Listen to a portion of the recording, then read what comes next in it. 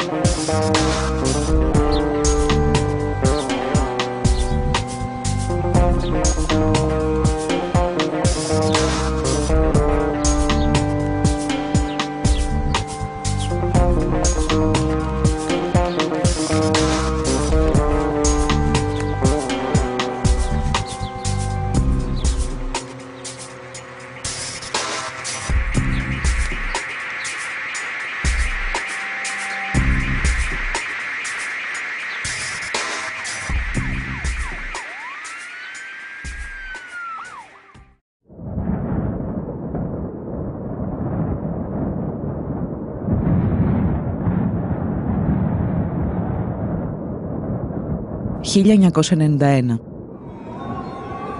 Ο σύντομος 20ος αιώνας φτάνει στο τέλος του. Η Δύση οραματίζεται το τέλος της ιστορίας και επιχειρεί να το εφαρμόσει στη Ρωσία.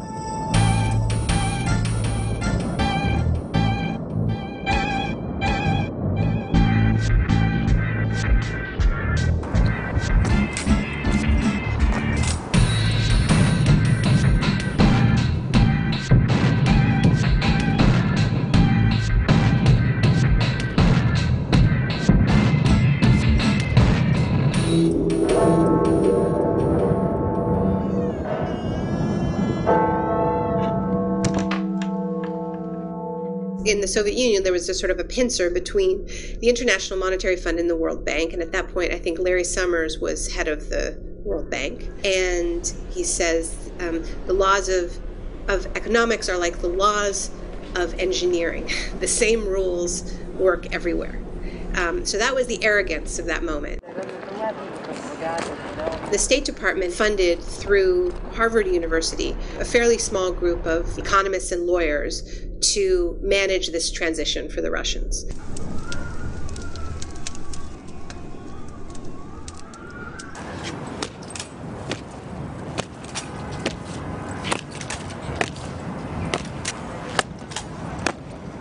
Η μετάβαση περιλαμβάνει το μεγαλύτερο πείραμα ιδιωτικοποιήσεων στην ιστορία της ανθρωπότητας.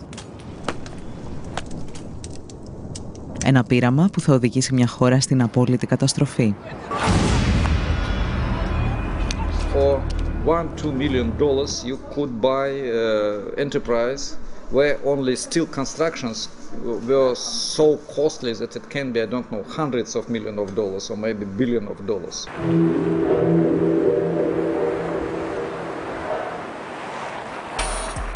Like huge factories in Ural, in Siberia, in central Russia, former military industrial enterprises, chemical enterprises, steel enterprises, and so on.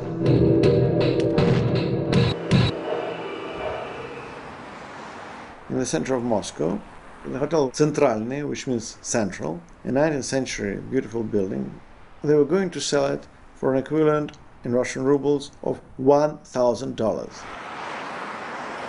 So we came there, in the foyer, in the lobby, there was a huge chandelier of the 19th century. And we asked the specialist how much would he pay for it it is offered. He looked at, well, $1,200. Just now, I can pay it now. It was utterly catastrophic in Russia. It was utterly catastrophic. Millions of people were thrown into extreme poverty. People were hungry and were surviving on their gardens. Life expectancy for Russians dropped by a decade in this period. Explosion of AIDS, of child prostitution. I mean, it was a decimation of a nation.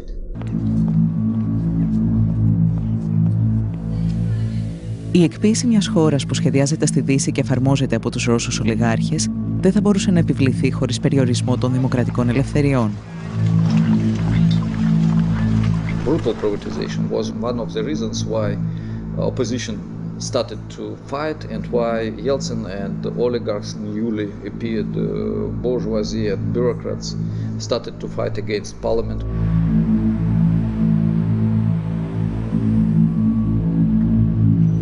Οι κανόνες του παιχνιδιού πρέπει να αλλάξουν.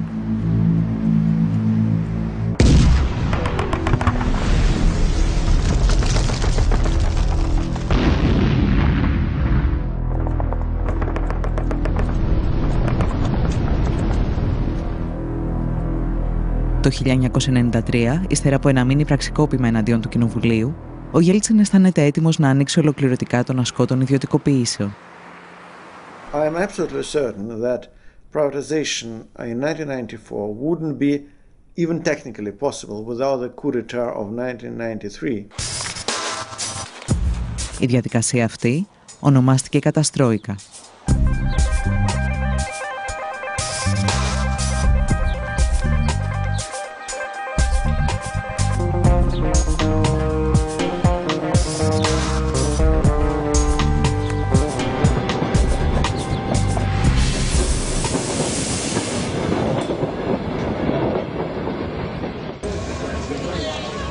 Η καταστρόικα στη Ρωσία παρουσιάζεται συχνά σαν εξαίρεση στην ιστορία των μαζικών ιδιωτικοποιήσεων. Στην πραγματικότητα ήταν απλώς ένα ακραίο παράδειγμα του πώς η εκποίηση μιας χώρας είναι ασυμβίβαστη με την πολιτική ή την οικονομική δημοκρατία.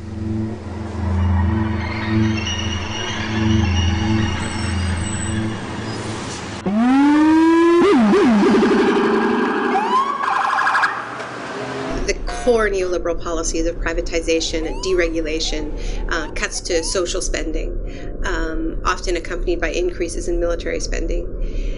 These policies were first imposed under dictatorship. The first laboratories of neoliberalism had nothing whatsoever to do with democracy.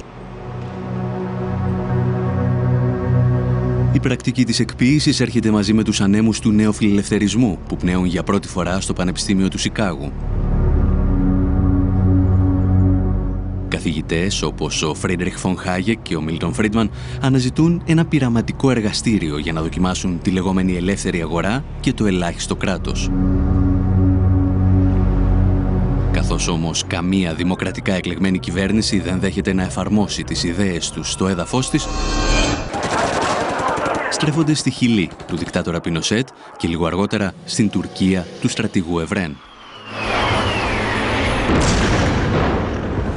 There's actually a really interesting exchange between Friedrich von Hayek and Margaret Thatcher that I quote in The Shock Doctrine, where Friedrich von Hayek said, "I have just come back from Chile. It's wonderful what Pinochet has done," and he's describing this fantastic experiment in neoliberalism and says, "I think you should do this too." And Hayek was a mentor of Margaret Thatcher's.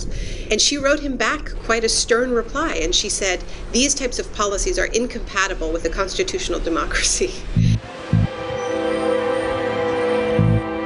Η Μάργαρετ Θάτσερ θα βρει τελικά έναν τρόπο για να φέρει τη νεοφιλελεύθερη συνταγή των ιδιωτικοποιήσεων στη Δυτική Ευρώπη. Για να το πετύχει όμως θα χρειαστεί 2 πολέμους και την περιστολή των δημοκρατικών ελευθεριών.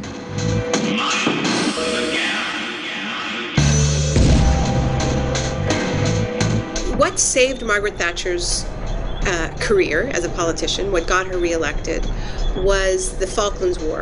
And she literally said, we won the war abroad and now we must win the war at home. And the war at home was a war against trade unions, and she was explicitly referring to the coal miners. And in an extraordinarily violent way, the Thatcher government just beat down that union. It was some of the most violent attacks on trade union in the Western world.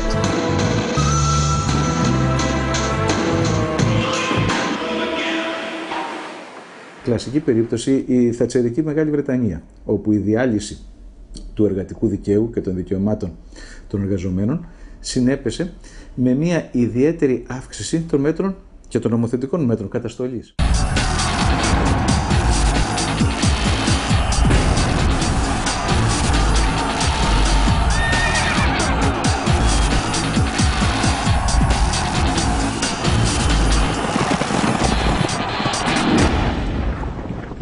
Το πιο χαρακτηριστικό είναι ότι τώρα προβλέπεται στο δίκαιο της Μεγάλης Βρετανίας ότι μια πικετοφορία η οποία θα έχει πάνω από 4 πρόσωπα έξω από ένα χώρο εργασίας θα απογορευτεί ως δυνάμει τρομοκρατική για το φρόνημα των εργαζομένων μέσα στην επιχείρηση.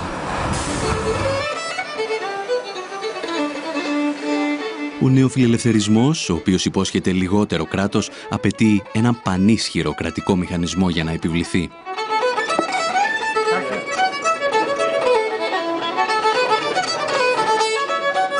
We should never forget that neoliberalism is an ideology. I don't mean this as just dismissing it. By ideology, I mean it's never or very rarely really followed in actual politics. Take Reagan, the first neoliberal in power. Are you aware that, as we all know, the state machinery as such exploded under Reagan? It is clear that neoliberalism can function only through an extremely strong regulative role of the state. So the question should not be these pseudo-problems, what amount of state regulation, more capital, but who will do this regulation? A private enterprise system does not mean a free enterprise system. It just means someone's controlling it that you haven't elected. So the idea is with Vulture's Picnic. Οι αιμοσταγείς δικτάτορες όμως, όπως και η θατσερική πολιτική του σοκ, έχουν ημερομηνία λήξης. Πρέπει λοιπόν να βρεθεί ένα νέο μέσο για την επιβολή των μαζικών ιδιωτικοποιήσεων.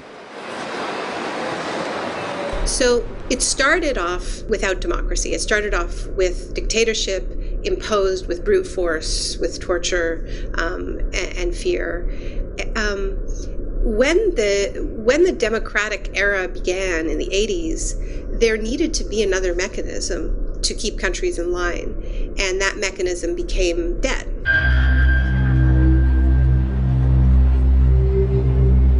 Φορείς όπως το Διεθνές Νομισματικό Ταμείο και ο Παγκόσμιος Οργανισμός Εμπορίου πρωτοστάτησαν στην εκποίηση ολόκληρων χωρών. Σύντομα όμως, στο πλευρό τους βρέθηκε και η Ευρωπαϊκή Ένωση. The emergency packages with the IMF have enabled the EU for the first time to actually advocate privatizations.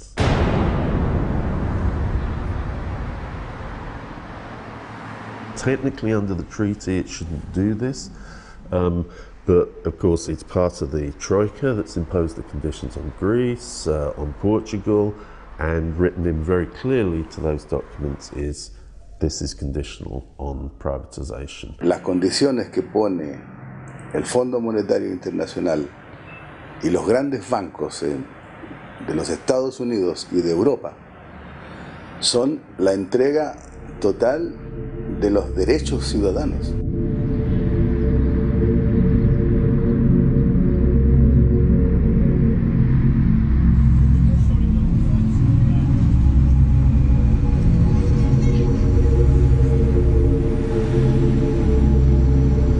No one privatizes or deregulates unless there's a hammer over their head, like in Greece now, in Spain, in Italy, when basically there's tremendous pressure on the government because there's a desperate financial situation.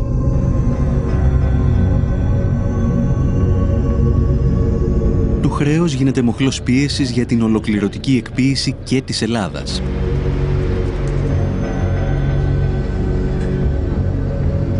Και σε αυτή την περίπτωση όμως υπάρχει ένα μικρό εμπόδιο που πρέπει να ξεπεραστεί. Η δημοκρατία.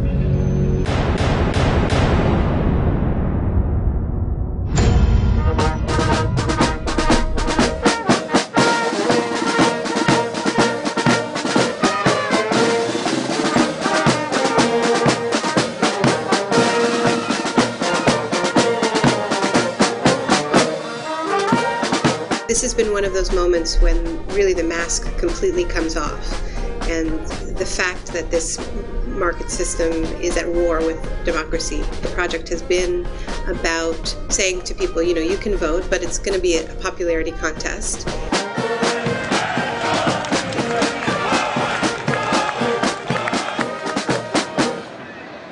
The so-called the independent central bank is a mechanism for saying, you know, politicians can't touch our toys. Η Ευρωπαϊκή Ένωση και οι ελληνικές οικονομικές ελίτ φτάνουν στο σημείο να διορίσουν έναν πρώην κεντρικό τραπεζίτη ως πρωθυπουργό της Ελλάδας. Συνεχίζοντας την πολιτική Παπανδρέου, ο Λουκάς Παπαδήμος τοποθετεί στελέχη τραπεζών όπως ο Γκίκας Χαρδούβελης της Eurobank ακόμη και μέσα στο Μαξίμου. Οι σχέσεις πολιτικής και οικονομικής εξουσίας μετατρέπονται πλέον σε ένα διατραπεζικό deal.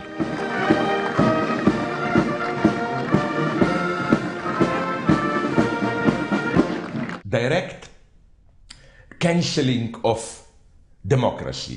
The idea is you play with democracy, but when things get serious, experts should take over.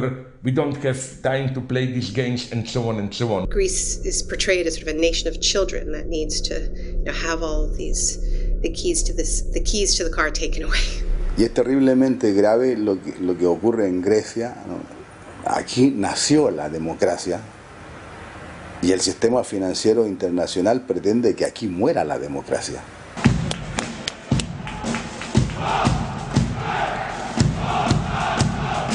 Νομίζω ότι ο επιστημονικός όρος είναι χούντα. Απλώς έχουμε μια ομάδα πολιτικών οι οποίοι έχουν επικεφαλής τους έναν τραπεζίτη και μάλιστα τον ίδιο τραπεζίτη ο οποίος ευθύνεται σε πάρα πολύ μεγάλο βαθμό για την χρεοκοπία. Είναι μια χούντα τραπεζική, αλλά δεν έχει μεγαλύτερη λαϊκή νομιμοποίηση από τη χούντα του Παπαδόπουλου.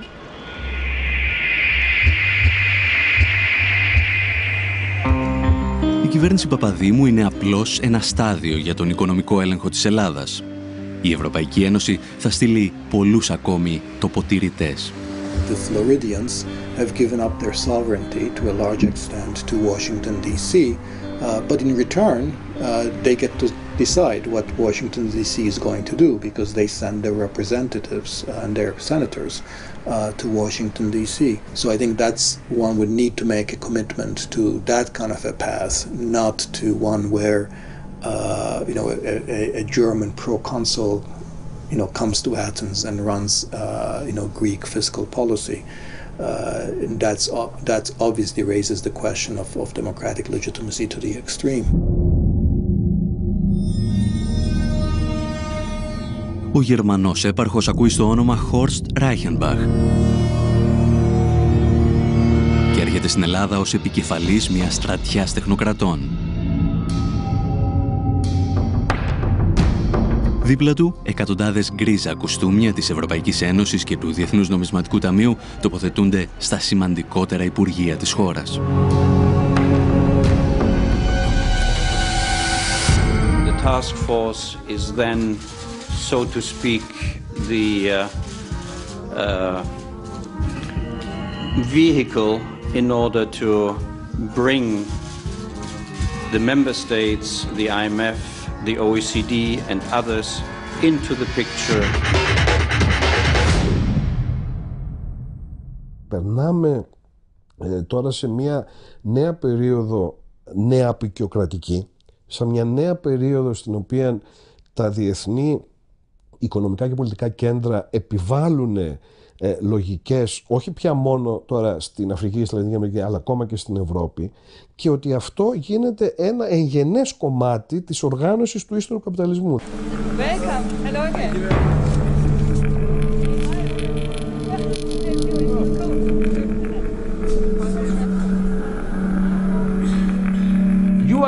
a trial case like in laboratory rabbits for all of Europe, a new authoritarian forum which, even if it remains in a superficial sense democratic, as we have seen in Greece, Italy, and it will follow, I can guarantee you, elsewhere, is being tested. Ο έλεγχος της χώρας από ξένα και ελληνικά οικονομικά συμφέροντα επιτυγχάνεται κυρίως μέσα από 2 δανειακές συμβάσεις. Στόχος να επιβληθούν οι όροι των δανειστών και να μετατραπεί η δουλειά σε δουλεία. Οι εργασιακές σχέσεις επιστρέφουν στο 19ο αιώνα. Για να περάσουν όμως αυτές οι ρυθμίσεις απαιτείται ένα ακόμη πραξικόπημα. Αυτή τη φορά κοινοβουλευτικό. Η πρώτη δανειακή σύμβαση δεν ήρθε ποτέ για κύρωση στη Βουλή. Κατατέθηκε και ποτέ δεν κυρώθηκε. Πράγμα που είναι ευθέως αντισταγματικό. Η δεύτερη ήρθε 3 φορές στη Βουλή ως σχέδιο. Προφανώς γιατί οι δανειστές μας ζητούσαν μικρές αλλαγές και ήθελαν να έχουν την προέγκριση βάσει του σχεδίου αυτού. Επομένως, φαίνεται καθαρά σε αυτή την περίπτωση η πρόθεση των πολιτικών ηγετών μας να μην εφαρμόζουν το Σύνταγμα, αλλά τις πολιτικές εντολές που παίρνουν απ' έξω. Όσοι τολμούν όμως να μιλήσουν για κοινοβουλευτικό πραξικόπημα, όπως και όσοι αμφισβητούν την πολιτική της κυβέρνησης και της Τρόικας, βαφτίζονται λαϊκιστές. Πραξικόπημα. Το έχουμε ξαναζήσει στην Αργεντινή. Θράσος! Ήβρι! Το να μιλάτε για πραξικόπημα επειδή η κυβέρνηση ευρυτά της πλειοψηφίας εισηγείται το χαρακτηρισμό ενός νομοσχεδίου ως κατεπήγοντος κατ' εφαρμογή του συντάγματος. Θα ζητήσετε συγγνώμη για αυτή την ύβρητη θεσμική. Είστε ο εκπρόσωπος της Ελλάδας της δραχμής, της Ελλάδας της φτώχειας, της Ελλάδας της ταπείνωσης. Εσείς προσωπικά και άλλοι όμοιοι με εσάς. Η ιδεολογική τρομοκρατία κλιμακώνεται. Τα κυρίαρχα μέσα ενημέρωσης εκβιάζουν τους πολίτες ότι αν δεν δεχθούν τις δανειακές συμβάσεις, τα ράφια των σούπερ μάρκετ θα αδειάσουν και η χώρα θα επιστρέψει στην εποχή των σπηλαίων. Θα έρθει το χάος. Η Ελλάδα θα κατρακυλήσει στον τρίτο κόσμο. Δελτίο στα τρόφιμα, δελτίο στο πετρέλαιο. Μιλάμε για μια μεταπολεμική Ελλάδα. Έχοντας καταλύσει τη δημοκρατία, οι κυβερνήσεις ετοιμάζονται για την εκποίηση της δημόσιας περιουσίας και ξεκινούν με μια δοκιμασμένη συνταγή. Μετατρέπουν τους δημόσιους υπαλλήλους και το δημόσιο τομέα σε αποδιοπομπαίο τράγο της κρίσης.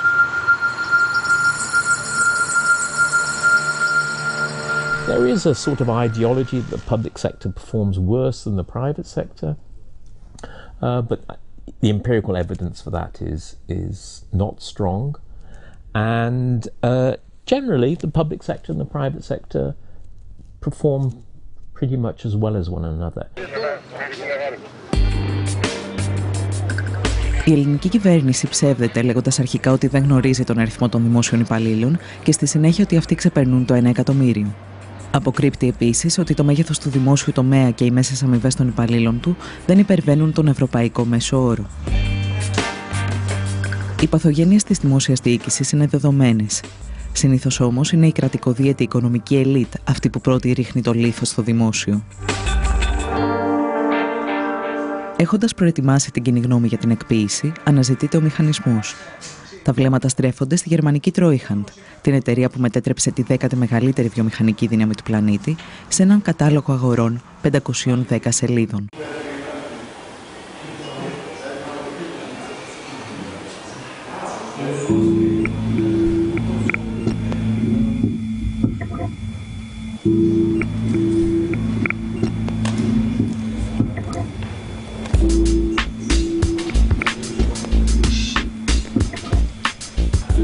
Eurosal, η αίθουσα του ευρώ. Σε ένα δωμάτιο 280 τετραγωνικών μέτρων χτυπάει η καρδιά του Γερμανικού Υπουργείου Οικονομικών. Για ορισμένους, η καρδιά ολόκληρης της Ευρωζώνης.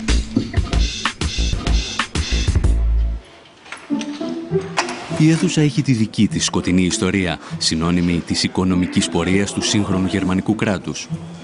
Οι επιτελείς της Luftwaffe χάρασαν σε αυτό το δωμάτιο τη στρατηγική τους για τους βομβαρδισμούς ευρωπαϊκών πόλεων.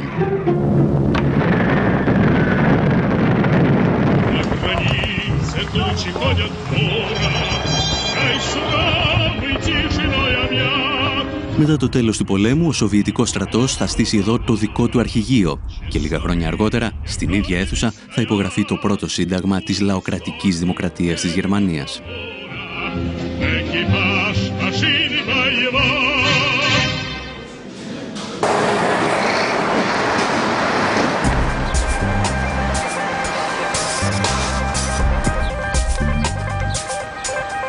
Το αρχιτεκτονικό μεγαθύριο που κατασκεύασε ο Γκέρινγκ ως το μεγαλύτερο κτηριακό συγκρότημα στην Ευρώπη στεγάζει τώρα τη μεγαλύτερη βιομηχανική επιχείρηση εκείνης της εποχής.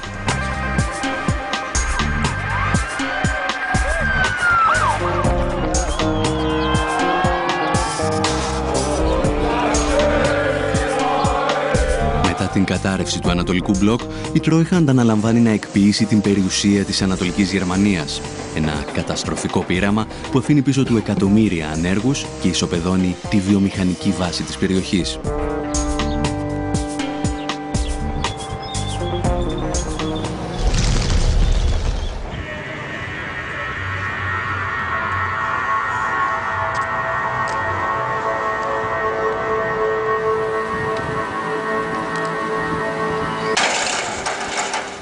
Historisch gesehen ist es natürlich eine fatale Geschichte, weil die Treuhand selbst, also die Idee einer Treuhandgesellschaft, quasi von den Bewegungen innerhalb der DDR ausging.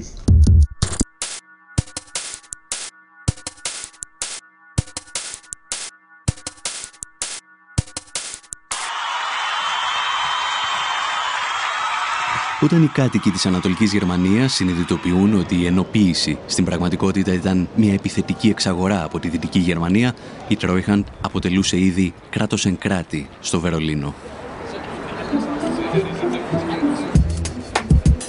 Για να λειτουργήσει το γραφειοκρατικό τερατούργημα, χρησιμοποιείται εξοπλισμός και δίκτυα επικοινωνίας των ενόπλων δυνάμεων της πρώην Ανατολικής Γερμανίας.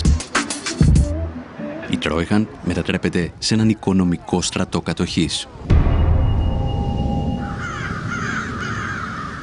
Anscheinend während noch die DDR völkerrechtlich bestand, war aber schon maßgeblich beeinflusst natürlich von westdeutschen Politikern, von westdeutschen Managern und letztendlich auch von westdeutschen Finanzhalten. Der Treuhand war also ein beliebter Spruch, sehr wichtig, der hieß Tina. Tina heißt, there is no alternative. Und das Porträt von Maggie Thatcher war auf vielen Schreibtischen. Η Τρόιχαντ έχει στην ιδιοκτησία της 8.000 επιχειρήσεις, 40.000 εργοστάσια και 4 εκατομμύρια στρέμματα καλλιεργήσιμων και δασικών εκτάσεων.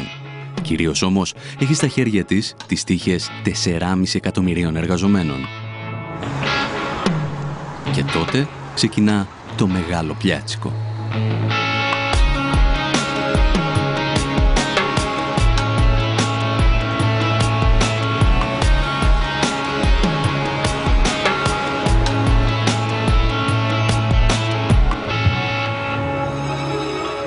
Jeden Tag, ob Samstag oder Sonntag, 10 bis 15 Betriebe privatisieren. Das war natürlich das eigentliche Dilemma und hat auch dann zu Chaos und Schiebereien und Betrügereien geführt. Sind Leute aufgetreten, die überhaupt nicht über das Volumen und den finanziellen Background verfügten, um so ein Unternehmen zu kaufen. Die hatten das Geld schlichtweg gar nicht, sondern sind eingestiegen, haben dann aus dem Unternehmen das Geld rausgezogen, haben damit die Rechnung bezahlt und das Unternehmen nur ausgeplündert und abgewickelt. Und da gibt es zig Beispiele, also sehr, sehr viele. Das hat dazu geführt, dass viele von diesen Firmen dann nachher insolvent waren und von den 4,5 Millionen Arbeitnehmern der DDR-Betriebe blieben nachher nur noch 1,5 Millionen Arbeitsplätze übrig.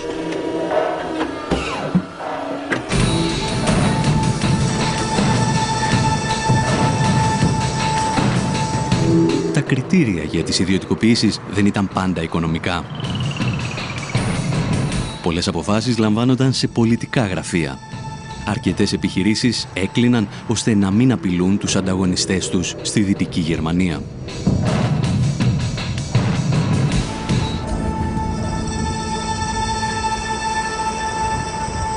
Treuhandbetriebe waren ja nicht wertlos. Wird immer von marode gesprochen, da waren sicher Betriebe dabei, die nicht funktioniert haben und auch marode waren. Aber es waren auch andere Betriebe dabei, die durchaus mithalten konnten mit westlichen Betrieben, die auch exportiert haben in westliche Länder und die Produkte wurden auch im Westen verkauft. Es gab erhebliche Vorwürfe, dass Parteien Gelder bekommen haben, um bestimmte Privatisierungen zu fördern.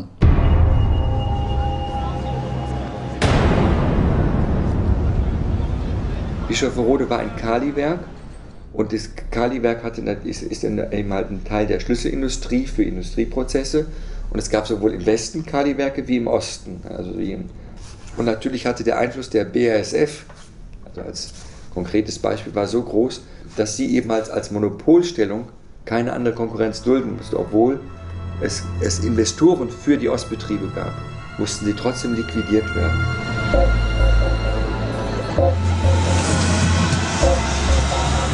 Ο απολογισμός από τη δράση της Τρόιχαντ είναι τρομακτικός. Το ακαθάριστο εθνικό προϊόν στις περιοχές της Ανατολικής Γερμανίας συρρικνώνεται κατά 30%.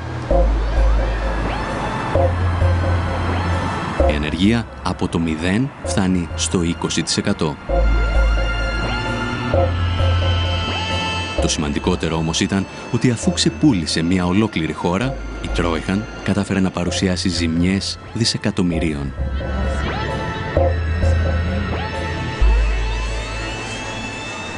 Die Treuhandanstalt etwa 300 Milliarden an Schulden gemacht hat und 60 Milliarden eingenommen hat, während man erwartet hat, dass man 600 Milliarden immer D-Mark einnimmt.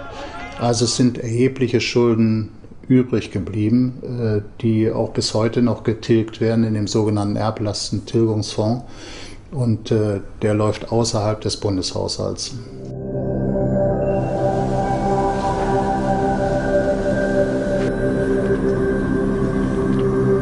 Kann mit Sicherheit nicht ein Vorbild sein. Ich meine, weil tausende Betriebe, die liquidiert wurden und 250 Milliarden Mark Minus, das kann ja nicht das Vorbild sein, jetzt um einem anderen Land als Vorbild zu dienen. Das kann es eigentlich nicht sein.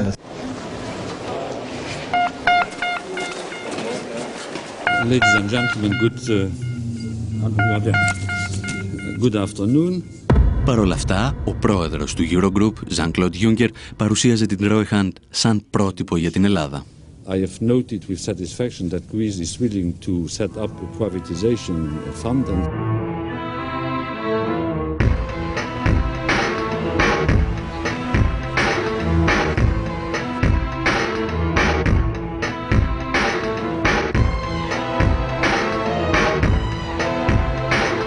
Ένα μήνα αργότερα ιδρύεται το Ταμείο Αξιοποίησης Ιδιωτικής Περιουσίας του Δημοσίου. Η ελληνική Τρόιχαντ στείνει τα γραφεία της πίσω από το κτίριο της Παλιάς Βουλής και τα τρία κόμματα του Μνημονίου, Πασόκ, Νέα Δημοκρατία και Λάος, μοιράζονται τη διοίκηση του οργανισμού. Εδώ είναι ο ομότιμος καθηγητής του Αριστοτελείου Πανεπιστημίου, ο κύριος Κουκιάδης. Τώρα, ο κύριος Κωνσταντίνος Μητρόπουλος είναι ο διευθύνων σύμβουλος και το πιο κεντρικό πρόσωπο. Έχει μια εταιρεία, την Cantor, δούλευε και στον Όμιλο Λάτσι πρόσφατα. Λίγους μήνες αργότερα, ο δημοσιογράφος που παρουσίαζε τη σύνθεση του Ταμείου γίνεται υπεύθυνος επικοινωνίας του. Σε άλλες θέσεις κλειδιά συναντώνται πολλά στελέχη από τις δύο εταιρείες που διεύθυνε ο Κώστας Μητρόπουλος. Politicians, the technical advisors, and the senior managers in the public companies themselves are all very acutely aware that the privatization process gives them opportunities of extremely high-paid directorships, consultancies, etc. with the newly privatized companies.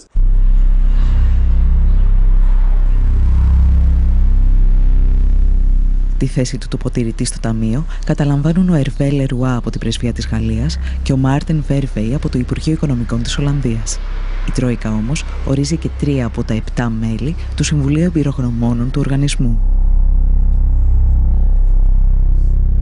Οι όροι που θέτει η Τρόικα στην Ελλάδα για τη λειτουργία του Ταμείου θυμίζουν κατεχόμενη χώρα.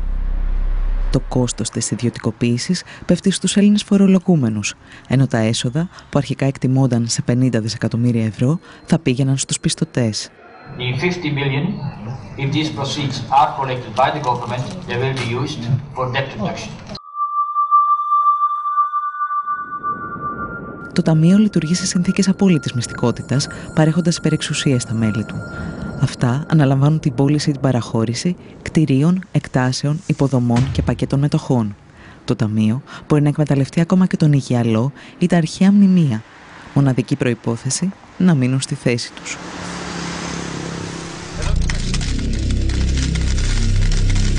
Ακόμη πάντως και πριν από τη δημιουργία του Ταμείου, αξιωματούχοι της κυβέρνησης είχαν αρχίσει να διαλαλούν την πραμάτια του ελληνικού δημοσίου, ταξιδεύοντας σαν περιοδεύων θίασος.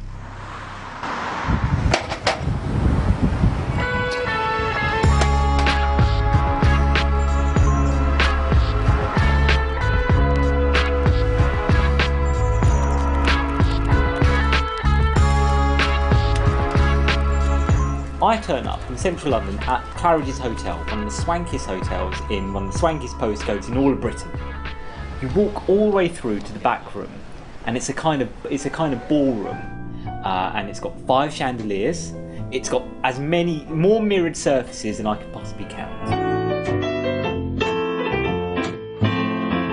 And you turn up in this room, and it's basically a group of Greek businessmen and Greek officials talking about how they're going to sell off Greek assets.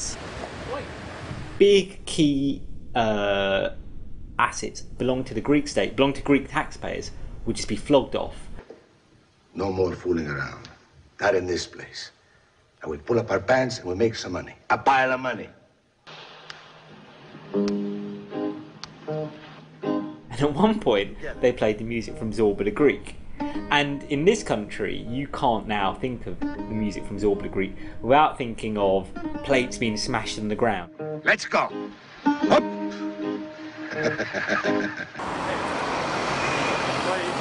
The other thing that you kept hearing in the intervals were you'd hear this song by Monica, who's this Greek pop star, and the lyrics went something along the lines of "Tell me why you don't call me anymore, you don't come anymore." And I thought, again, here's this image which unknowingly they've summoned up of kind of Greece as this kind of pariah state where it's now the pariah within Europe. Η Ελλάδα της εποχής του Ζορμπά είναι η Ελλάδα της υποτέλειας σε ξένες πολυεθνικές που ελέγχουν τις υποδομές της χώρας. Μια υπερχρεωμένη χώρα με ένα διεφθαρμένο πολιτικό σύστημα.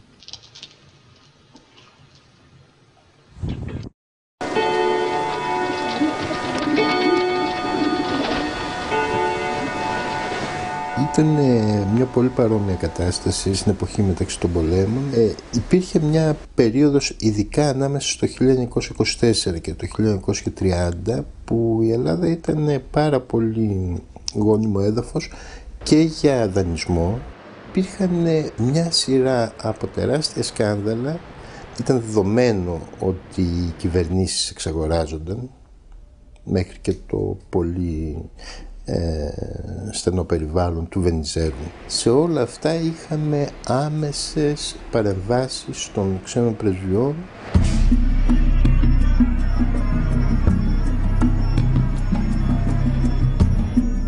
Η σύμβαση με την εταιρεία Power ήταν χαρακτηριστικό τέτοιο παράδειγμα, η σύμβαση με την Ούλεν ήταν χαρακτηριστικό τέτοιο παράδειγμα. Ήταν απικιακές αυτές οι συμβάσεις και αποδείχθηκαν πάρα πολύ επωφελείς για όσους επένδυσαν.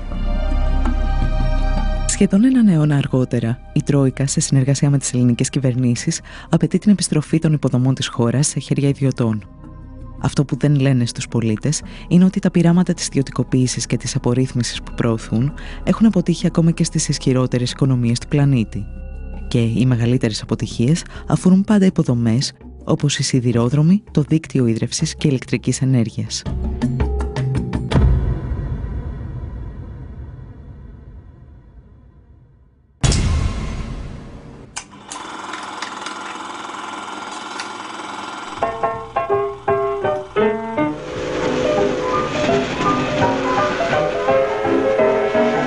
λένε ότι μπορείς να διαβάσεις την ιστορία του παγκόσμιου οικονομικού συστήματος στις γραμμές ενός τρένου. Ο ατμός που οθεί τη βιομηχανική επανάσταση μετατρέπεται σε κερδοσκοπική φούσκα για την αμερικανική οικονομία, όταν δεκάδες ιδιωτικές εταιρείες απλώνουν χιλιόμετρα από μεταλλικές ράγες.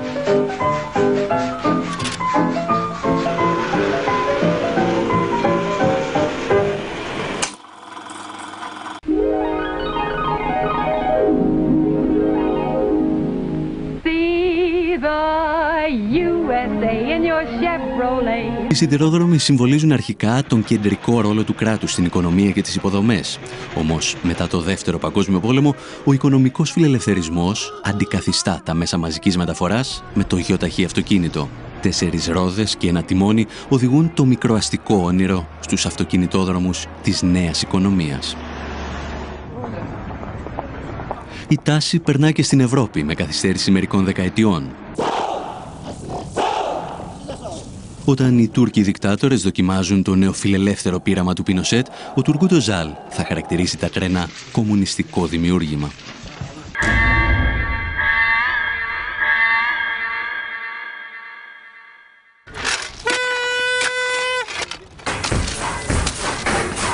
Παρ' όλα αυτά, οι σιδηρόδρομοι στην Ευρώπη παρέμειναν εν πολλοίς στον έλεγχο του δημόσιου τομέα. Μέχρι τη στιγμή που η γυραιά Αλβιώνα αποφάσισε να πραγματοποιήσει ένα καταστροφικό πείραμα. Σαν κινηματογραφική ταινία χωρίς happy end.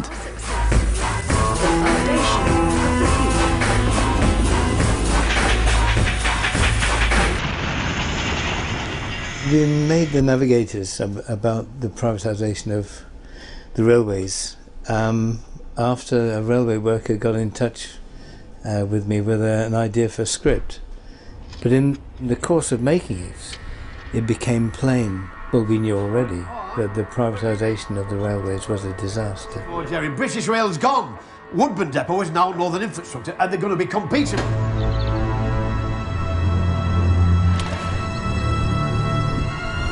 Ακόμη και η Μάργαρετ Θάτσερ αναγνώριζε ότι τα τρένα δεν λειτουργούν αποτελεσματικά έξω από το δημόσιο τομέα. Όμως ο Τζον Μέιτζορ προχωρά στην ιδιωτικοποίησή του το 1993 και το βρετανικό κοινό αντιδρά.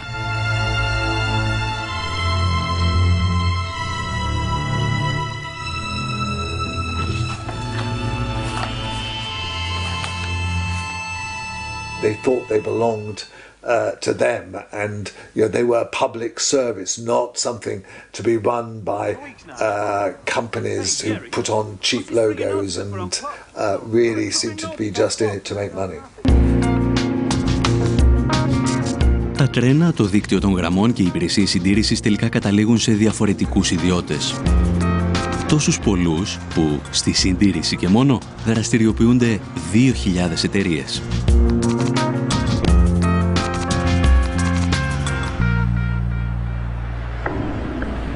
What that meant was first of all, there was a divergence of interests between two parts of a system that should actually really belong together. The stupidity of it came through the subcontracting. That is when a private company, say, gets the job to maintain a section of track. Well, the first company may have quite strict rules about safety. By the time you've subcontracted 2 or 3 stages, who's to know who is safe? Deaths have got to be kept to an acceptable level. Hang on, shut up. What's an acceptable level? 2 a year. Yeah, but nobody's been killed for the past 18 months. Any volunteers?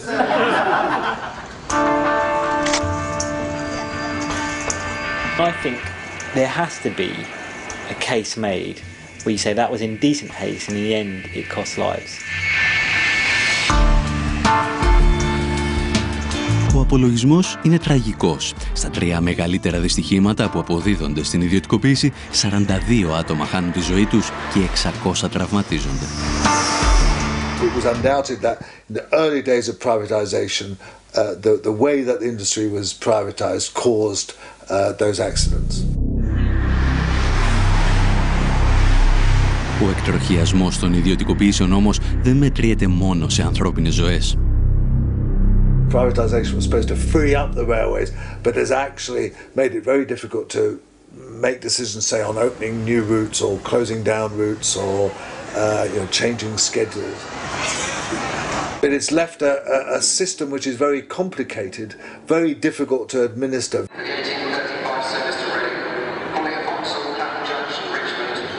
It was bad for the passengers. It was a chaotic organisation. It didn't work and hasn't worked. And it's lost a huge amounts of money.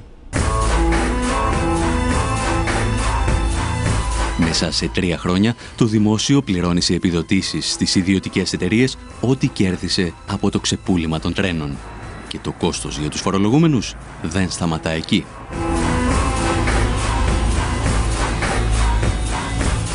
Strangely, to some extent, the railways have been renationalised. Really, it's left us with a semi-government-administered system that costs a lot more than it cost under nationalisation and hasn't really delivered the investment, as the investment has largely been paid for by the public sector.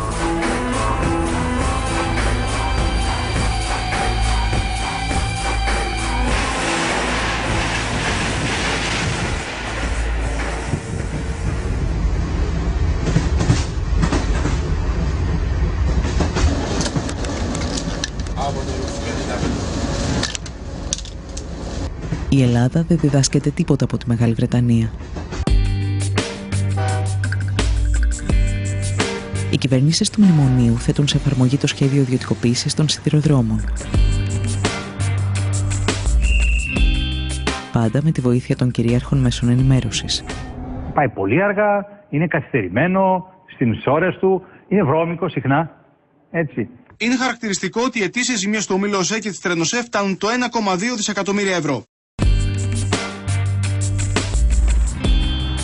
Τα ελληνικά τρένα παρουσιάζονται ως ο πλέον ζημιογόνος δημόσιος οργανισμός στην Ευρώπη. Ποιος ευθύνεται όμως για αυτό το χρέος?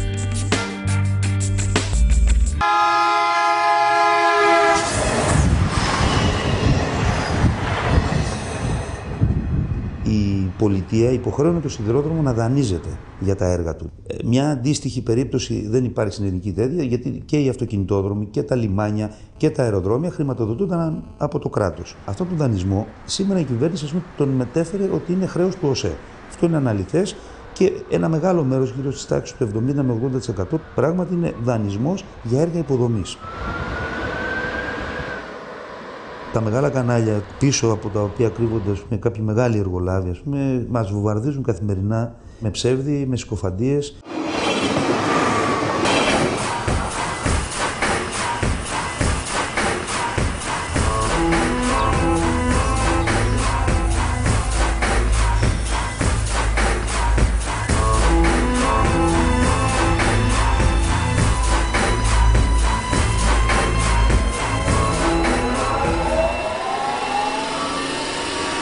Η κριτική εστιάζεται στους μισθούς των εργαζόμενων και στο κόστος λειτουργίας. Έτσι, υποβαθμίζονται κολυσιαία σκάνδαλα στα οποία μπλέκονται πολιτικοί, ελληνικές αλλά και ξένες εταιρείες.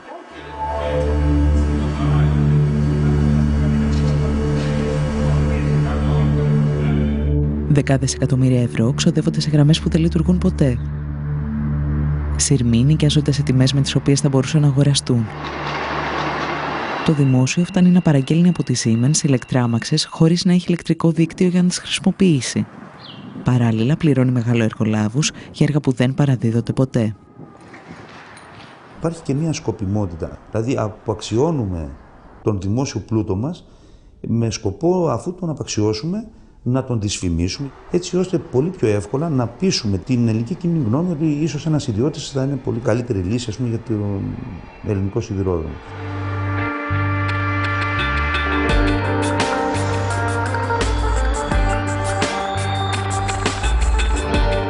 Στο όνομα της εξυγίανσης, η κυβέρνηση απαξιώνει περαιτέρω το σιδηρόδρομο. Μειώνει δραστικά το προσωπικό, υποβαθμίζοντας την ποιότητα, αυξάνει πάνω από 60% τις τιμές των εισιτηρίων και κλείνει μεγάλο μέρος των γραμμών.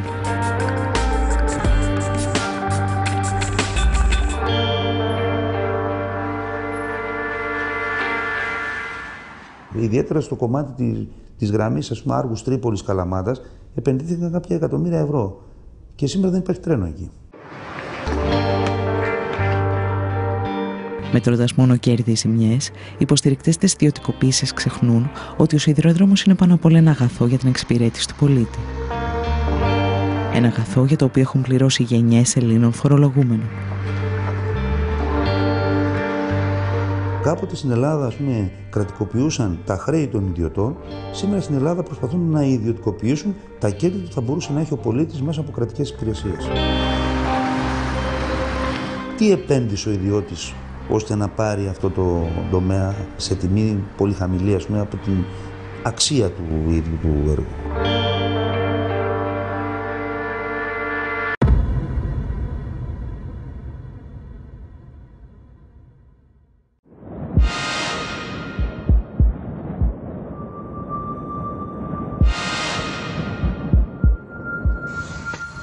Αν ο σιδηρόδρομος αποτελεί ένα βιβλίο της οικονομικής ιστορίας, το δίκτυο ίδρευσης προσφέρει μαθήματα για τη διαχείριση ενός μονοπωλίου. Και αυτή τη φορά έχει έρθει η σειρά του Παρισιού να πληρώσει το λογαριασμό.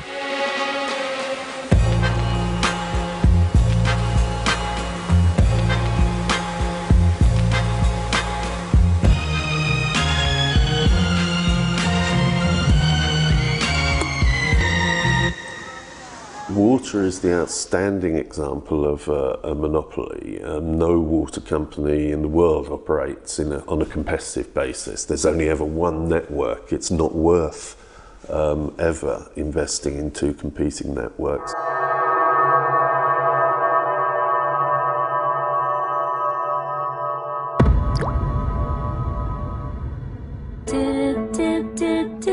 Δύο πολυεθνικές με τεράστια οικονομική και πολιτική ισχύ, η Βεόλια και η Σουέζ, διεκδικούν τη διαχείριση του δικτύου ίδρευσης του Παρισιού και ο Ζακ Σιράκ τους την προσφέρει.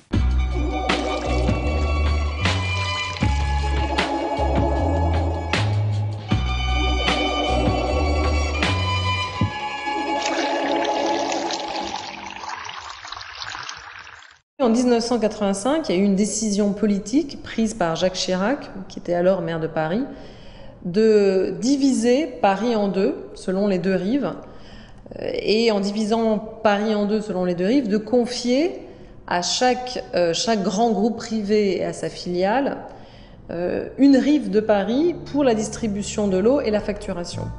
Il n'y avait pas d'arguments techniques avancés. Il n'y avait pas d'argument, on va dire, même financier.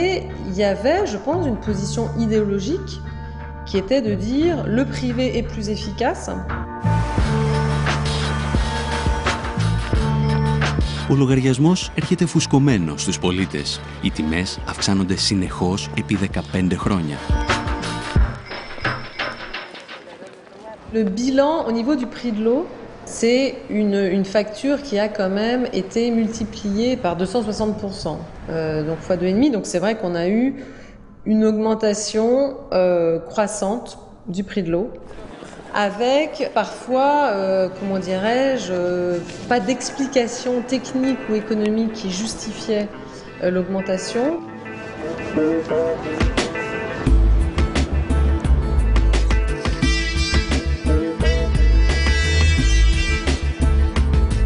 C'est avec le changement de municipalité et de majorité municipale en 2001, quand il y a eu une majorité plurielle de gauche, d'écologistes, de communistes qui est arrivée à la tête de Paris, qu'on a décidé de reprendre en main tout le service de l'eau.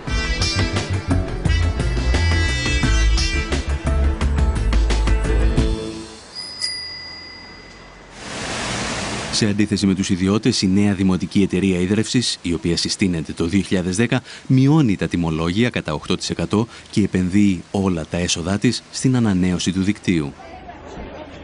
Il y a aussi, pour moi, une question très importante qui est une question de démocratie.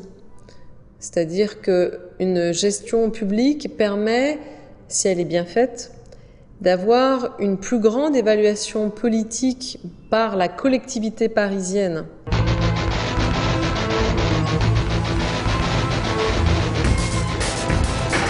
Οι Βεόλια και η Σουέζ αντιδρούν, αφού χάνουν καθαρό εισόδημα 60 και 30 εκατομμυρίων ευρώ ετησίως. Ασκούν πιέσεις στην κυβέρνηση, στο Δήμο και στα συνδικάτα εναντία στην Anne Lestrade, η οποία κίνησε τη διαδικασία. De fait, il considère que je suis un peu le diable incarné. Η μάχη του Παρισιού φέρνει στο φως το παρασκήνιο της διαπλοκής ανάμεσα στις πολυεθνικές του νερού και την πολιτική εξουσία. Jérôme Monod, qui était le dirigeant de la Lyonnaise des Eaux, était celui qui avait été l'un des dirigeants du parti de Jacques Chirac. Παρά τις διασυνδέσεις τους όμως, οι πολυεθνικές του νερού φαίνεται να χάνουν τη μάχη με τους πολίτες. There were a number of political campaigns and battles fought right across Europe, and indeed right across the world at the time. The result of those battles was largely that people rejected water privatization very strongly. Η Ευρωπαϊκή Ένωση όμως γυρίζει την πλάτη της στις αποφάσεις των πολιτών. Γραμμή στις Βρυξέλλες χαράσουν οι πολυεθνικές και επόμενος στόχος τους είναι η Ιταλία.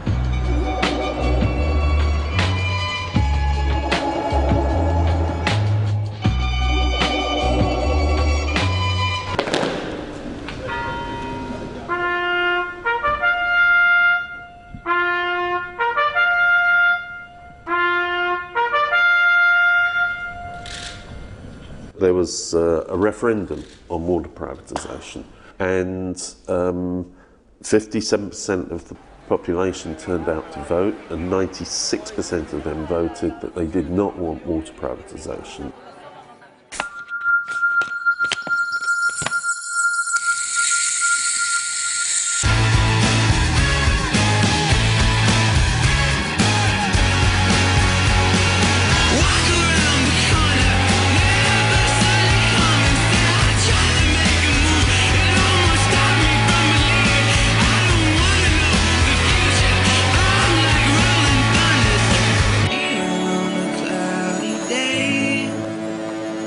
Even Berlusconi said, I can't privatise the water. There's been a referendum that says we're not allowed to.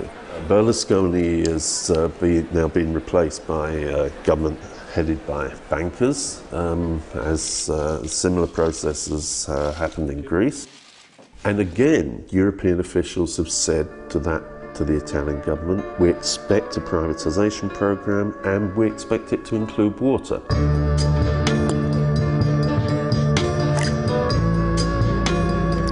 Με μυστική επιστολή τους προς τον νέο Ιταλό Πρωθυπουργό, ο Ζαν-Κλοντ Τρισέ και ο Μάριο Ντράγκι από την Ευρωπαϊκή Κεντρική Τράπεζα απαιτούν αυτό που απέρριψε ο Ιταλικός λαός.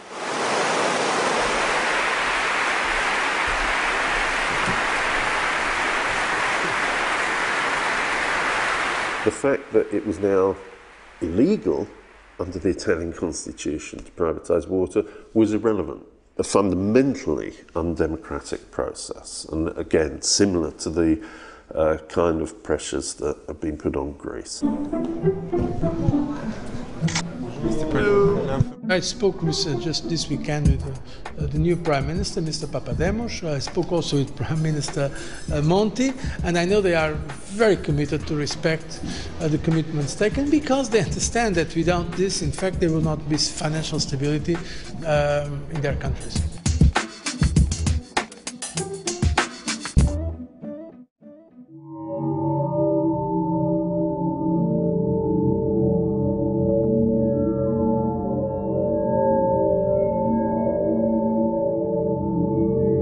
Γνωρίζουμε παγκοσμίως ότι εκεί που δρά βοηθητικά το Διεθνές Νομισματικό Ταμείο, τα νερά ιδιωτικοποιούνται. Γνωρίζουμε πολύ καλά ότι υψηλόβαθμα στελέχη των Σουέζ και Βεόλια είναι υψηλόβαθμα στελέχη και σύμβουλοι του Διεθνούς Νομισματικού Ταμείου. Γνωρίζουμε πολύ καλά ότι στελέχη της Σουέζ και Βεόλια έχουν σχέσεις με την Ευρωπαϊκή Κεντρική Τράπεζα. Γνωρίζουμε πολύ καλά ότι στο Ευρωκοινοβούλιο πληρώνονται πολλοί άνθρωποι για να κάνουν λόμπινγκ εκεί μέσα και να προασπίσουν συμφέροντα των δύο αυτών πολυεθνικών.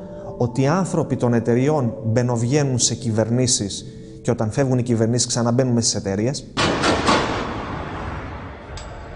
Στην Ελλάδα, η κυβέρνηση Παπανδρέου τοποθετεί ως διευθύνοντα σύμβουλο της ΕΙΔΑΠ ένα πρώην υψηλόβαθμο στέλεχος της Veolia. Ο Νίκος Μπάρδης, που προωθούσε την ιδιωτικοποίηση για λογαριασμό της Γαλλικής Πολυεθνικής, σήμερα χαρακτηρίζει την Ελλάδα προπύργιο της Σοβιετικής Ένωσης.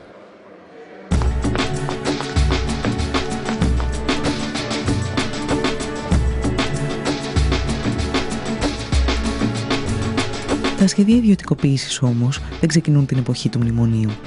Η εκποίηση του δικτύου ίδρυυσης και αποχέτευσης στην Αθήνα και τη Θεσσαλονίκη αρχίζει επί κυβερνήσεως Σιμίτη με την εισαγωγή στο χρηματιστήριο. Μέσα σε μια δεκαετία τα τιμολόγια έχουν αυξηθεί πάνω από 200%. Οι υπηρεσίες αντίστοιχα όμως δεν έχουν βελτιωθεί κατά 200%. Οι υπηρεσίες έχουν χειροτερεύσει πάρα πολύ. Το 2008 η Νέα Δημοκρατία ξαναφέρνει στο προσκήνιο το θέμα της ιδιωτικοποίησης και 3 κοινοπραξίες λαμβάνουν θέσεις μάχης. Ήταν ο όμιλος της Σουέζ με μια κοινοπραξία με την Ελάκτορ. Ήταν ο όμιλος της Veolia, της δεύτερης μεγάλης πολυεθνικής, με τον όμιλο της Μαρφίν και μια ισπανική αυτή τη φορά, η Aqualia, μαζί με τη Γεκτέρνα. Στελέχη της Σουέζ τότε ερχόντουσαν στα κτίρια. Το τι συζητιόταν πίσω από κλειστές πόρτες δεν το γνωρίζουμε. Αυτό όμως που γνωρίζουμε πάρα πολύ καλά είναι ότι οι εταιρείες αυτές και κυρίως η Σουέζ έχουν κατηγορηθεί στο εξωτερικό για χρηματισμό δημοσίων υπαλλήλων, κρατικών υπαλλήλων και πολιτικού προσωπικού χωρών της πολιτισμένης Δύσης. Δεν μπορώ να φανταστώ ότι εάν συνέβη κάτι τέτοιο εκεί, αποκλείεται να έχει συμβεί και στη χώρα μας.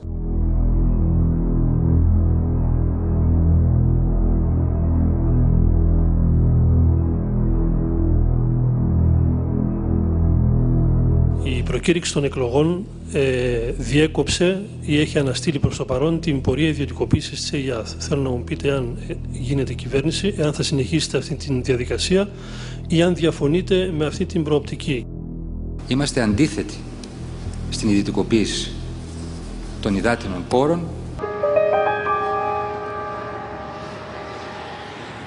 Πρόκειται για ένα ακόμα προεκλογικό ψέμα της σοσιαλιστικής παράταξης. Μετά τις εκλογές, η κυβέρνηση συνεχίζει τα σχέδια ιδιωτικοποίησης 2 κερδοφόρων επιχειρήσεων, της ΕΙΔΑΠ και της ΕΙΑΘ.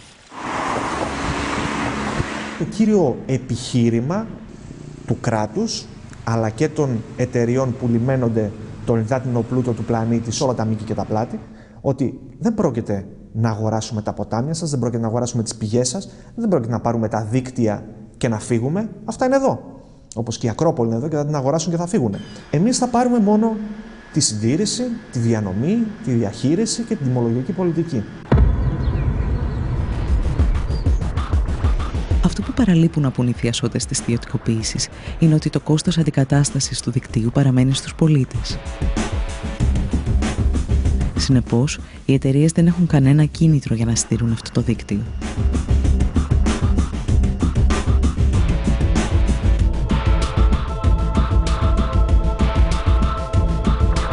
Ελλειπή συντήρηση, κέρδος για τον ιδιώτη, καταστροφή του υλικού, αντικατάσταση από τον Έλληνα πολίτη.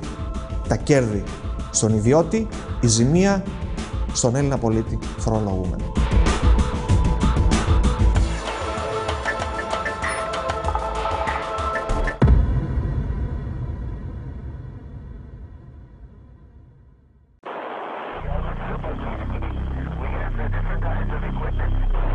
Σαν μαθητευόμενος μάγος, η Ευρώπη θα πληρώσει ακριβά τις ιδιωτικοποιήσεις των υποδομών.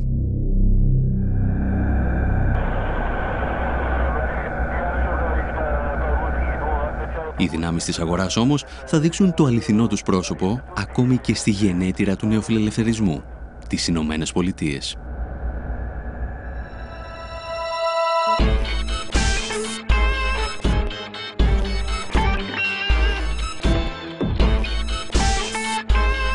Στα τέλη της δεκαετίας του 90, η Καλιφόρνια απελευθερώνει την αγορά ηλεκτρικής ενέργειας. Όμως, ο πολιτισμός της απορρίθμισης χάνεται μόλις κοπεί το ρεύμα.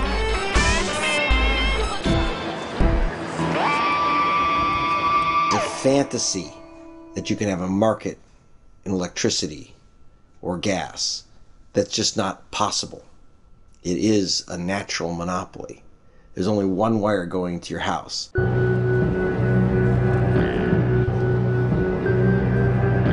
That's my word.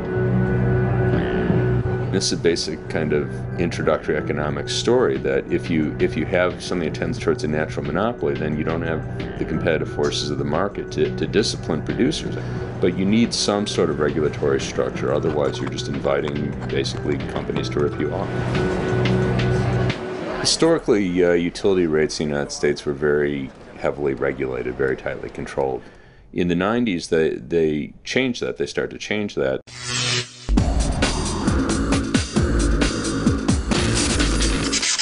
We were going to deregulate the construction, operation, and ownership of the generation plants while leaving the transmission system and the distribution system in the hands of the utilities. Οι εταιρείες παραγωγής ενέργειας μπορούν πλέον να αυξήσουν ανεξέλεγκτα την τιμή χονδρικής.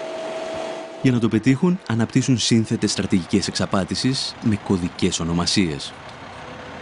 In the case of Enron, they did things like they even had names for them. The traders: Death Star, Get Shorty, Ricochet, Cramming, False Scheduling. One was named Fat Boy after the first nuclear bomb that was dropped. Οι εταιρείες φτάνουν στο σημείο να διακόπτουν την παραγωγή ηλεκτρισμού προκειμένου να παρουσιάζονται ελλείψεις και να αυξάνεται η τιμή της κιλοβατόρας. Los Angeles Cogen, this is Rich. Hey Rich, this is Bill up at Enron. This is going to be a word of mouth kind of thing. Okay. We want you guys to get a little creative. Okay. And come up with a reason to go down. Okay, so we're just coming down for some maintenance. We have people from Enron on tape laughing about how they were pulling power offline and how they were sending grandma's rates through the roof. So the rumor's true? They're fucking taking all the money back from you guys? All the money you guys stole from those poor grandmothers in California? Yeah, Grandma Millie, man. Yeah, now she wants her fucking money back for all the power you charged jammed right up her ass for fucking $250 a megawatt hour.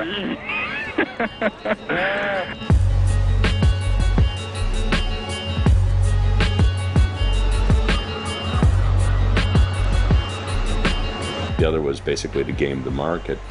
So basically they can get paid for electricity that they were never actually delivering. And what ended up happening was you had prices rising hundreds of percent, even thousands of percent during those peak periods.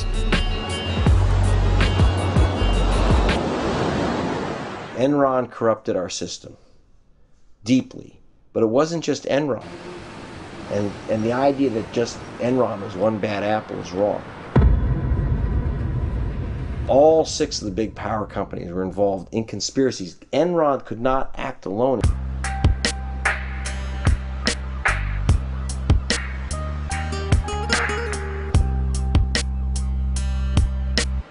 Στην Καλιφόρνια, οι πολίτες πληρώνουν το κόστος του πειράματος και με έναν διαφορετικό τρόπο.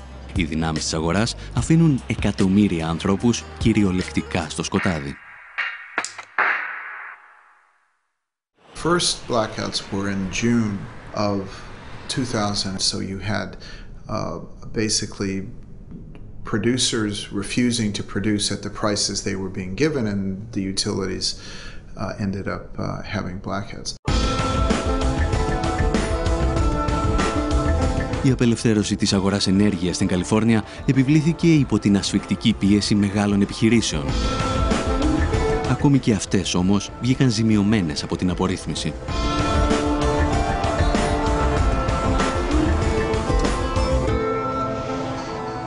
The irony, of course, is that major utility users, big businesses who use vast amounts of energy, were major advocates for the deregulation. When the energy crisis hit, they were among the most significant of victims, given the amount of energy that they consumed. Καθώς οι τιμές λιανικής δεν μπορούσαν να ακολουθήσουν το ξέφρενο κερδοσκοπικό παιχνίδι στις τιμές χονδρικής, το σύστημα άρχισε να καταρρέει. The more energy they provided, the more money they lost, and faster and faster and faster. And so in very short order, one of our 2 investor-owned utilities here in California declared bankruptcy, and the other one was awfully close. The story was re-regulation. If you leave that to the market, then you could run into a situation at those peaks where the price literally becomes ridiculous, which is what happened in California.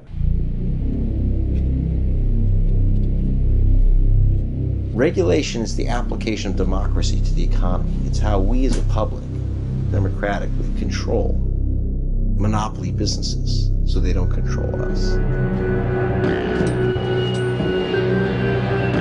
That's my word. Struggle in the past. That's my word.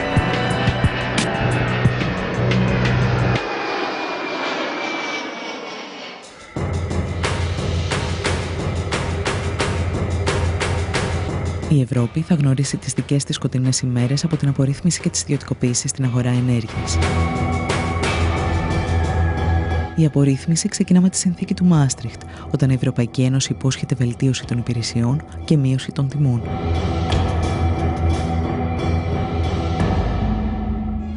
In the European Union, where the market has been opened up, any electricity producer or supplier can access transport and distribution networks to supply its customers, which encourages competition.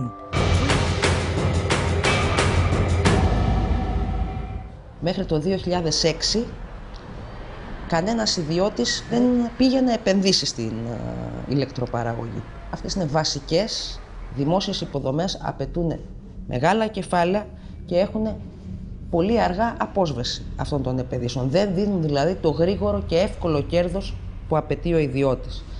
Σταδιακά λοιπόν από το 2000 μέχρι το 2006, για να γίνει η αγορά ελκυστική στους ιδιώτες και να επενδύσουν, άρχισαν να αυξάνονται συνεχώς τα τιμολόγια της λαϊκής κατανάλωσης.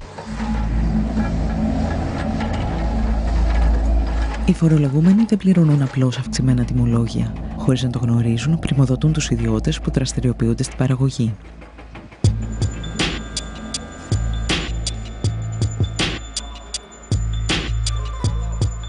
Ο Μυτιληνός έχει την αλουμίνα της Ελλάδος και ο Λάτσης στα ελληνικά πετρέλαια, τα δηληστήρια. Αυτοί χρειαζόταν ρεύμα και κάναν μονάδες παραγωγής ρεύματος για τις δικές τους επιχειρήσεις. Όμως επειδή είδαν ότι συμφέρει καλύτερα να μην κάνουν αυτό, να μην παίρνουν το δικό τους ρεύμα, δίνουν αυτό το ρεύμα στη ΔΕΗ με 100 ευρώ τη μεγαβατόρα στη χοντρική, ενώ η ίδια η ΔΕΗ πουλάει ρεύμα και στους άλλους βιομήχανους αλλά και σε αυτούς με 43. Τα φωτοβολταϊκά πληρώνει η ΔΕΗ 51 λεπτά την κιλοβατόρα, ενώ η ίδια πουλάει 11. Με τις συνεχείς αυξήσεις των τιμολογίων όμως, οι ιδιώτες καταλαβαίνουν ότι μπορούν να κερδοφορήσουν και από την εμπορία της ηλεκτρικής ενέργειας.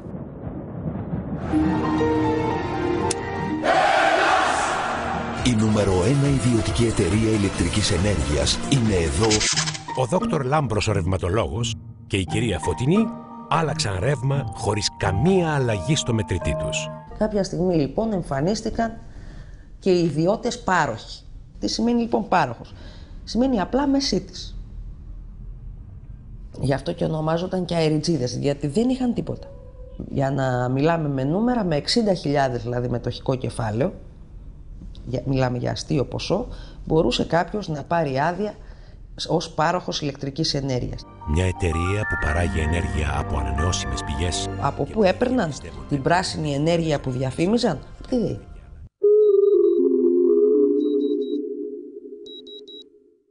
Αρχικά, οι ιδιώτες έπρεπε να εγγυούνται ότι διαθέτουν το ρεύμα που υπόσχονται να πουλήσουν.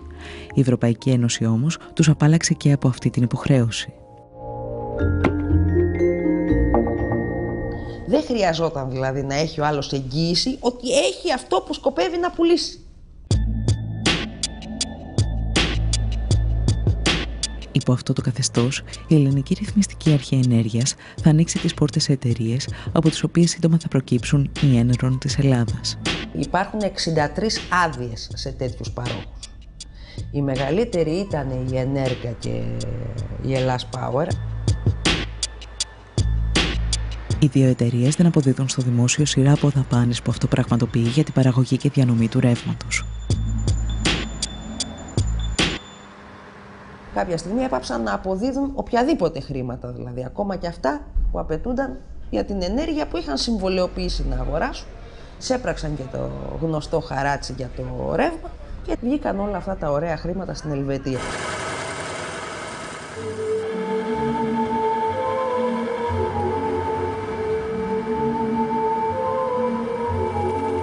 Η περίπτωση της Ενέρκα και της Ελλάς Power είναι απλώς η κορυφή του παγόβουνου των εκατοντάδων εκατομμυρίων ευρώ που στοιχίζει στους Έλληνες φορολογούμενους η απορρίθμιση.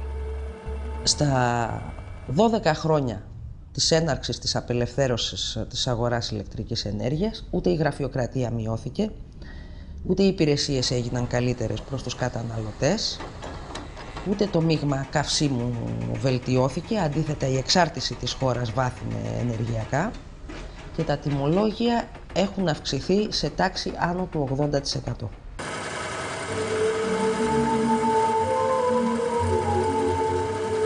Οι φορολογούμενοι είναι τα πρώτα θύματα. Το κόστος όμως μετριέται και στις πλάτες των εργαζομένων. Το βάρος του κράτους πέφτει στα ορυχεία και στους σταθμούς παραγωγής. Πριν την απελευθέρωση που ξεκίνησε το 98-99, είχε 35.000 εργαζόμενους, τακτικό προσωπικό, και σήμερα έχει 22. Δηλαδή μια πολύ μεγάλη μείωση του προσωπικού που αυτό αντικαταστάθηκε από εργολάβους, εργαζόμενους σε εργολάβους, εργαζόμενους σε δουλεμπόριο και πολλούς έκτακτους. Οι εργολάβοι δεν τους ενδιαφέρει ιδιαίτερα η ποιότητα, αντιθέτως τους βοηθάει να μην γίνονται καλές συντηρήσεις για να έχουν δουλειά. Επίσης έβγαλε πολλά ατυχήματα, δεν υπάρχει χρονιά η ΔΕΗ να μην έχει 2, 3 και 4 θανατηφόρα ατυχήματα.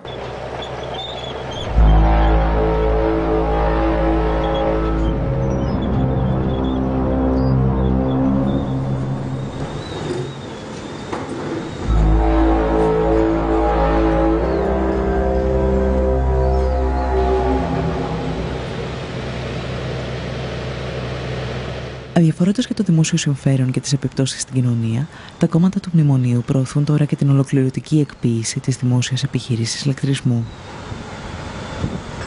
Η πραγματική της αξία, και εγώ θα πάρω την επίσημη εκδοχή, μιλάμε έτσι για 16-17 δις ευρώ. Πόσο αποτιμάται αυτή τη στιγμή στο ελληνικό χρηματιστήριο? 750 με 800 εκατομμύρια.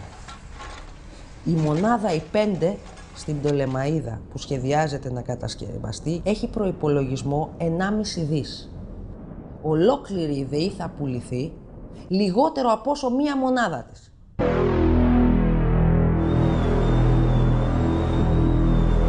Ο ελληνικός λαός στην ουσία πλήρωσε χρόνια να κάνει δίκτυα μέχρι να πάει μέχρι το τελευταίο χωριό, τα οποία θα μπορούν να τα εκμεταλλεύονται πλέον οι ιδιώτες, κυρίως είναι οι ιδιώτες κρατικοδίαιτε, και βγάζουν από αυτά παρά να προσφέρουν κάτι. Η ΔΕΗ δεν χτίστηκε από κανέναν ιδιώτη, χτίστηκε 60 ολόκληρα χρόνια από το ειστέρημα του ελληνικού λαού. Η ηλεκτροδότηση σε όλη τη χώρα είναι περιουσία μας. Δεν μπορούμε να τη χαρίσουμε.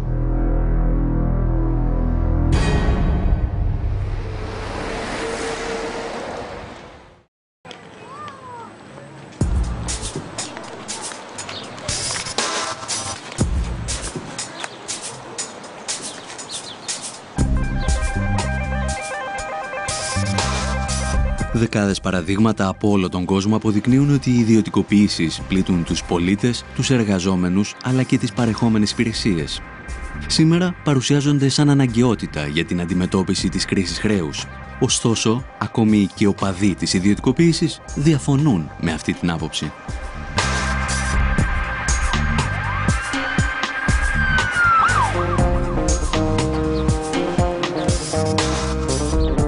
A lot of privatization isn't necessarily the best thing to do in the middle of an economic crisis, because privatization is certainly going to lead to people being laid off. And the worst thing that you can do during a crisis is give people more reason to lay off workers. You will get a bit of money in the short run because of that. So it'll be good for your balance sheet for maybe a year, but then after that you lose income. In real economic terms, will be a drop in the ocean in the short term and an economic loss in the long term. Εν τέλει, η παγκόσμια κρίση χρέους, την οποία δημιούργησε ο ιδιωτικός τομέας, είναι το πρόσχημα για μια γενικευμένη επίθεση στη δημόσια περιουσία. Μια επίθεση που σε ορισμένες περιπτώσεις γίνεται συγκαλυμμένα.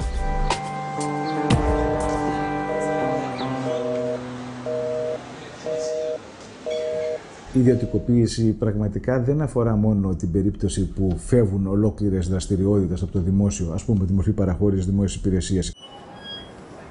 Μια μορφή ιδιωτικοποίηση είναι επίσης όταν τα πανεπιστήμια θα αξιολογούνται όχι μόνο με βάση την εκπαίδευση την οποία δίνουν, κατά πόσο είναι υψηλού επίπεδου ή όχι, αλλά και κατά πόσο αυτές οι υπηρεσίες εκπαιδευτικές γίνονται αποδεκτές από την αγορά.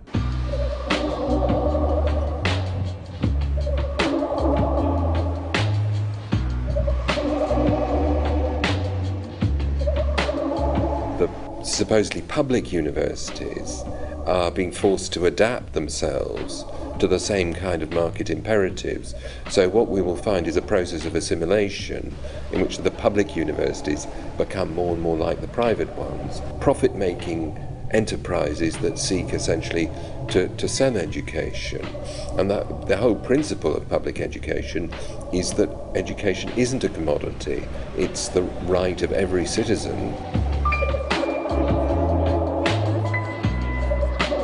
Η προσπάθεια ιδιωτικοποίησης συνεχίζεται ακόμη και σε αυτό που ο Μάρξ κάποτε αποκαλούσε γενική διάνοια, τη συσσωρευμένη κοινωνική και τεχνολογική γνώση που παράγει τον πλούτο μιας κοινωνίας. How Bill Gates became the richest man in the world. It was precisely through privatization of commons. In what sense? What Bill Gates offers is something that constitutes the very common space that we use in order to communicate, to exchange notes, not only knowledge, but generally news, whatever, like internet, whatever. In order to be in touch with each other, we have, as it were, to enter the Bill Gates domain.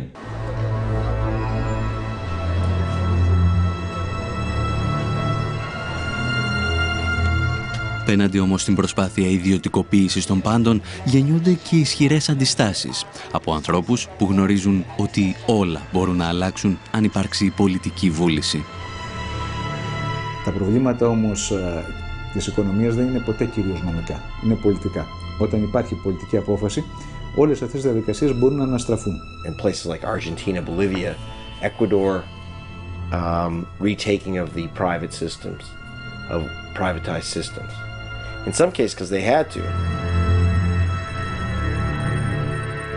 There are remunicipalizations happening now in Europe. What's happened in Germany over the last 2 years has been quite widespread remunicipalization of electricity services. Η απάντηση στις ιδιωτικοποιήσεις όμως δεν μπορεί να είναι η επιστροφή στην κατάσταση που μας έφερε ως εδώ. Στόχος είναι πάντα η δημόσια περιουσία να ελέγχεται από αυτούς που τη δημιούργησαν, τους εργαζόμενους. I think we have to learn lessons from the past, and the management structure needs to be more democratic. Authority needs to come from the bottom, not from the top. Πρέπει ο ελληνικός λαός να δώσει μάχη για αυτά, γιατί αν δεν το κάνει, δεν πρόκειται να ξανασηκωθεί. I hope the Greek people will fight it, and I hope other European trade unions will help them. To students and workers in Greek universities, I say that resist with all your might and main. No, you are not victims. Okay, you are, but basically you are fighting, my God.